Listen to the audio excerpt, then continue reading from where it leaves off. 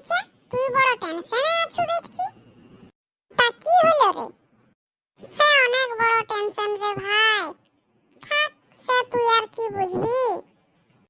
তা সে হলো, বল একটু, যদি বুঝতে পারি চেষ্টা করব। ওই পাশের কমলি বৌদি একটা ভালো নতুন শাড়ি খুঁজেছে, কিনে দিতে হবে। ও নাকি বিয়া ঘরে যাবে, আর বলেই দিয়েছে কিনে না দিলে আর কোনোদিন আমার সঙ্গে কথা বলবে না। তো না বলুক, এটা টেনশনের কি আছে রে? টেনশনের কিছু নাই বলছো? ও কথা না বললে যে আমি মরেই যাব রে।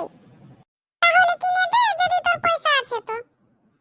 টাকা তো আছে, ভালো শাড়ি কিনতে গেলে 1000 টাকা লাগবে, আর আমার ওই 1000 টাকাই আছে। বাবার চশমা বানাতে দিতে হবে, মায়ের ওষুধ কিনতে হবে, ভাইয়ের প্রাইভেটের বেতন দিতে হবে। এই ব্যাপার। আমার কাছে একটা আইডিয়া আছে, যদি তুই চাস তো নিতে পারোস, তোর সব কাজ হয়ে যাবে। বল তবে দেখি। বড্ড টেনশনে আছি রে ভাই, বড্ড টেনশনে আছি। তুই বরং 1000 টাকার পুরাটা লটারি কাট। গাদা লটারি হবে, আর কোনোটার না কোনোটার লাগবে কি। লটারি লেগে গেলেই তো সব কাজ হয়ে যাবে। আর দুদিনের ব্যাপার তো।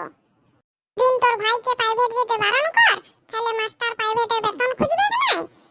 আর তোর মাকে বল যে ওষুধগুলো আছে ওগুলো 3 ভাগের 1 ভাগ করে খেতে। আর তোর বাবাকে বল এখন চোখগুলো বন্ধ করে বিছানায় শুয়ে থাকতে। আর কমলি বৌদিকে বল যে দুদিন ধৈর্য ধরো, একটা জায়গায় তোমাকে দুটো শাড়ি কিনে দেবো।